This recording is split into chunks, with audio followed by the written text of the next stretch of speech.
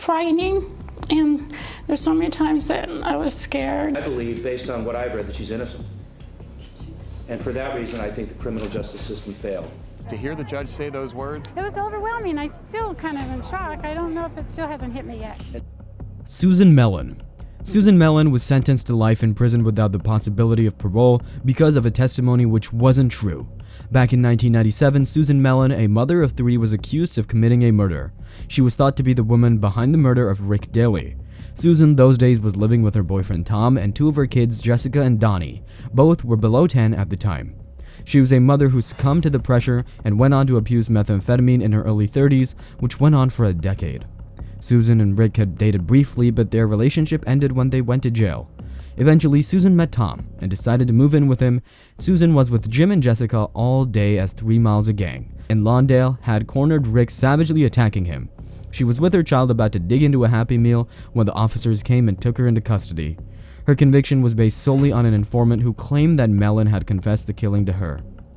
She spent 17 years of her life in prison after it was proven that the witness was a pathological liar and not a reliable source. It took Mellon 17 years to go back to the fast food restaurant and enjoy that Happy Meal. The state of California awarded about $597,200 as compensation, and the LA City agreed to pay $12 million for paying the price for a felony she never did. Mr. Jackson, you're going to be free to go. I suggest to you that life is filled with small victories, and this is a big one. Know who your friends are, because everybody's going to want a piece of you. And you better trust the people who you know you can trust. So I wish you good luck. Thank you. Ricky Jackson. Ricky Jackson spent about 40 years in prison for something that he didn't do, which made him the longest serving innocent man in US history. Ricky, along with 2 others, were wrongly convicted of a murder as young men in Cleveland, Ohio back in 1975. They were initially imprisoned and sentenced to death, but their sentences were changed to life imprisonment 2 years later. Back on the 19th of May 1975, a businessman called Harold Franks was killed outside a small grocery store. There were 2 men who beat him and had thrown acid in his face before the shot, and twice with a .38 caliber. They also shot at Anna Robinson, the wife of the store owner. The man stole Frank's briefcase and fled to a waiting call, which was driven by a 3rd man. The Ohio Innocence Project handled appeals for the 3 men and represented them in seeking compensation for decades they spent in jail due to the wrongful convictions. Of the 4 decades, Eddie Vernon denied that he ever even saw the murder. Instead, he testified that he was forced by the detective to testify against them, and he always carries the guilt. The prosecutors filed the motion to dismiss charges against Jackson, and the state of Ohio awarded $1 million to Jackson as a compensation for his decades in prison due to his wrongful conviction. He also received another $2.65 million from the state court of claims based on the estimates of his lost income. It's clear that the effects of this case have been devastating, not only to Mr. Ranta and his family, but to Rabbi Wurzberger, his family, and his community. I don't want to lose sight of the effect that this has had on all parties. Based on the papers before this court and the record made here today, it's okay. The defendant's motion to vacate the judgment of conviction is granted. David Ranta was sent to prison for something he did not do. David was allegedly framed by a New York City detective, and it's led to him serving 23 years in prison for a murder he did not commit. David was put into a police line up by a detective called Luis Scarcella, where he was identified as a shooter. The witness who identified David as the killer told him that the detective was the one who actually provided the description of whom to pick up in the lineup. However, there was no physical evidence provided which could prove that David was the killer. The evidence which led to the conviction was also fabricated.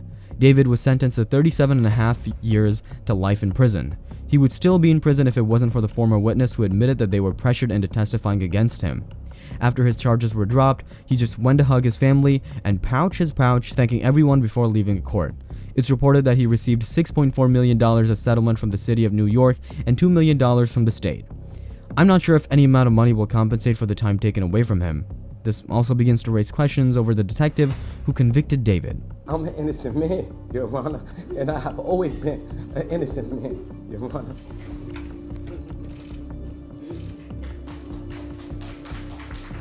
John Bunn.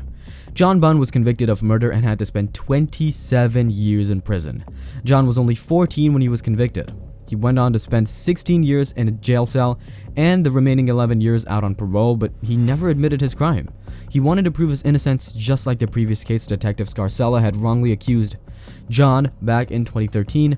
The evidence of extensive misconduct by the detective came to light, which led to a number of motions for retrial from descendants previously accused of him by crimes. In fact, there was not even probable evidence to convict John for the crime. He fought almost all of his young teenagers leading up to his early 30s fighting for justice and the injustice which was caused to him by misconduct of a detective. John filed a lawsuit against the city of New York and the detective for malicious prosecution. Luis Vargas. Luis Vargas lived inside of a jail cell for 16 years before he was proven innocent. Vargas was 29 years old when he was convicted for 3 sexual assaults that he was sentenced to 55 years in prison. As all of the 3 crimes were done in a similar fashion, the police came to the conclusion that it was the same person who committed all 3 attacks. He would have spent 55 years of his life in prison despite being innocent if it wasn't for the California Innocence Project. They saw that the case had a lot of post-conviction red flags and eyewitness misidentification. Even on the day of his sentence and back in 1999, he told the court about how the individual who really did this crimes might be raping someone out there, might really be killing someone out there. They took the initiative to test the DNA evidence from one of the victim's clothes, and when the reports came in, it did not match that of Vargas. The DNA test showed that the crimes were actually committed by the teardrop rapist. This proved that the man was innocent. After 16 years of paying the price for somebody else's crime, he was exonerated and received $886,000 in state compensation. In the District Court of El Paso County, Texas, 409th Judicial District, the State of Texas versus Daniel Villegas, number 94-0D09328.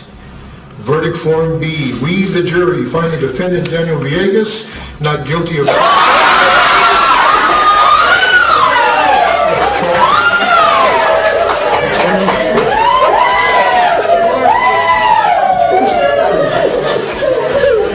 Daniel Villegas. Daniel Villegas was 16 when an El Paso detective gave him death threats if he didn't sign the confession paper. He was forced to sign his own fate for something that he hadn't done. Daniel was a 16-year-old high school student living in El Paso, Texas. He spent 18 years of his life in prison before his convictions were exonerated. The detective reportedly threatened him by abusing him and telling him that he's gonna get the death penalty if he does not confess. This led to him signing the confession paper and got him arrested for something that he never did. But when he knew the gravity of the situation, he tried to retrieve the confession paper, but it was already too late. He was convicted for 2 counts of murder. On April 10, 1993, Armando Mondo Lazo, 17, and Bobby England, 18, along with 2 other men, were walking home from a house party when a car pulled up slowly behind them and quickly pulled away.